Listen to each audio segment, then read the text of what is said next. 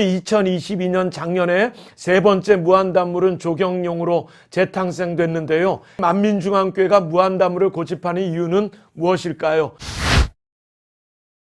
현대종교TV의 탁지원 소장, 오늘도 변함없이 3월호 2단 뉴스 두 번째 시간으로 여러분들 만나고자 합니다. 자, 오늘도 여러분들에게 좋은 필요한 정보가 되어졌으면 참 좋겠습니다. 자, 오늘은 물에 관련되어진 이야기를 해야 될 것 같습니다.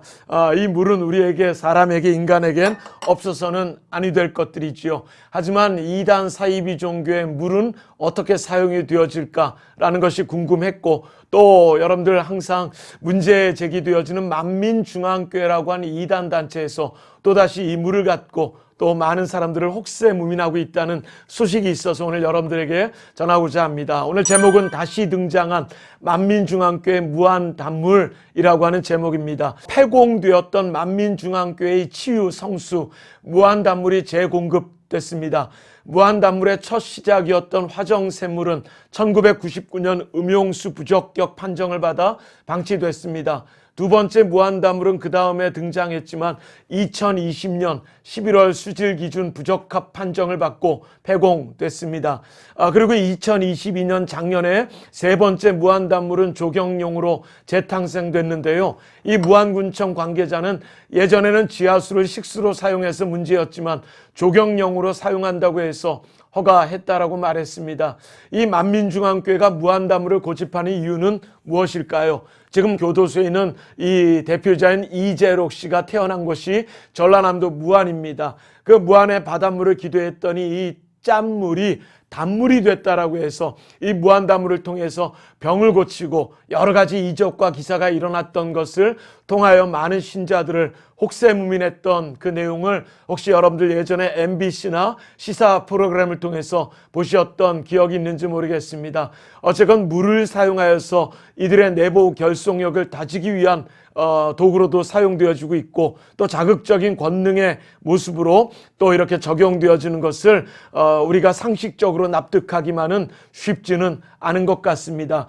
이재록 씨의 수감으로 인해 이 씨의 안수기도를 받고 기적적으로 치유된 사례를 전하기 어려워져 신도를 통제하는 데에 어려움을 겪었을 것이 바로 또다시 무한단물을 꺼내든 이유가 아닐까라고 생각이 듭니다. 이재록의 능력이라고 주장하는 무한단물이 다시 등장했지만 아이러니컬하게도 최근 이 씨의 건강에 심각한 문제가 생겨 치료받고 있고 신도들에게도 공식적으로 기도 요청을 했다고 합니다. 치유의 힘은 무한단물이나 손수건이 아니라 전지전능하신 하나님께 속해 있고, 또 하나님께서 선물로 주신 의학, 의술, 병원, 의사를 통한 병고침에 또 귀한 능력이 있지 않는가라고 하는 생각이 듭니다.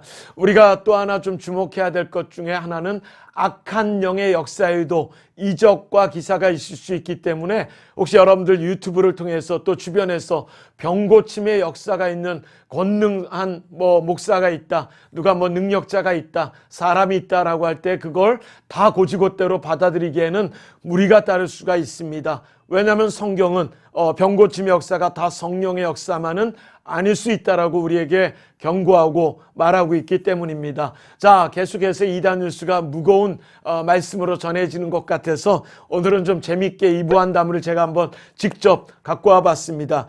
요즘에는 조금 변형되어져서 만들어지고 있지만 옛날 무한단물로 사용되어진 이 무한단물 통입니다. 이 무한단물을요, 상한 육개장에 뿌렸더니 육개장이 상한 것에서 맛있는 육개장이 됐다라는 간증도 있고요. TV에다가 이 무한단물을 뿌렸더니 어떤 이 프로그램에 세탁기가 당첨되어주는 그런 은혜가 있었다는 만민중앙교회 간증도 있었답니다. 모든 병이 고쳐진다라고 해서요, 또 어떤 경우에는 눈에 뿌리면 쌍꺼풀이 만들어진다라고 해서 이적과 기사가 일어났다라고 하는 간증, 만민중앙교회 신자들의 간증을 보면서 실소를 금할 수가 없었던 기억이 있습니다. 자, 우리 구독자 여러분들께도 제가 직접 보여는 드리겠지만 직접 사용할 수가 없어서 아쉬운데, 나중에 혹시 쌍꺼풀이나 또 아프신 분들이 있다면 저희 사무실에서 한번 이 무한단물을 여러분들에게 한번 뿌려드리면 어떨까라고 하는 이런 농담 아닌 농담이 갑자기 생각 들었습니다. 이런 것들을 믿고 따르는 사람들을 보면서 참으로 답답하고 안타까운 생각 여전하고요. 저희 현대 종교에서도 예전에 물을 소재로 한 이단들, 물과 이단에 관한 기사를 게재한 적이 있었습니다. 역사적으로 여러 이단들이 신도들의 믿음을 강하게 하는 도구로 물을 이용해 왔는데, 바로 지난번 소개했던 JMS에서도 생명수라는 것으로 신자들을 기만하기도 했고요. 천부교라고 박태선 씨, 신앙촌 스타킹, 신앙촌 양말, 생명물 두부라고 최근에도 밖에 나가면 만날 수 있는 이런 제품들을 만들었던 이단 단체. 교주는 죽었지만 지금도 이들이 부산 기장 땅에 본부를 세워놓고 활동을 하고 있는데 아이들, 초등학생들을 미혹하는 것으로도 유명한 지금 이단이지요. 그러나 예전에는요, 물을 갖고 좀 장난을 치기도 했습니다. 이 물통에다가 물을 담아놓고 휙 하면은 우리가 생각지도 못한 비싼 가격에 이 물통을 생명수라고 해서 샀고요. 또 좀 더 세게 휙 하면 좀 더 비싸게 판매되었던 이 물을 갖고 장난치었던 건 어제 오늘의 일은 아니었던 것 같습니다. 그리고 이단성 있는 기도원 중에 할렐루야 기도원 같은 경우도 이런 방법들로 우리 신자들과 또 기도원과 교회를 찾아왔던 사람들을 기만했던 여러 내용을 한번 다루었던 적이 있습니다. 이렇게 교주에 의해 둔갑된 신비의 물로 인해 신도들에게 허황된 희망을 갖게 하는 동시에 교주에 대한 신뢰를 강화하려는 이단의 실태는 속히 멈춰져야 할 것이고요. 항상 우리가 이단 사이비를 분별할 때 상식적인가 상식적이지 못한가부터 시작했으면 좋겠고, 늘 말씀드리는 거 기억나시죠? 겉만 보고 판단하시지 않기를 바람하지 않습니다. 자, 오늘도 열심히 들어주신 우리 구독자 여러분들을 축복하고 사랑합니다. 감사합니다.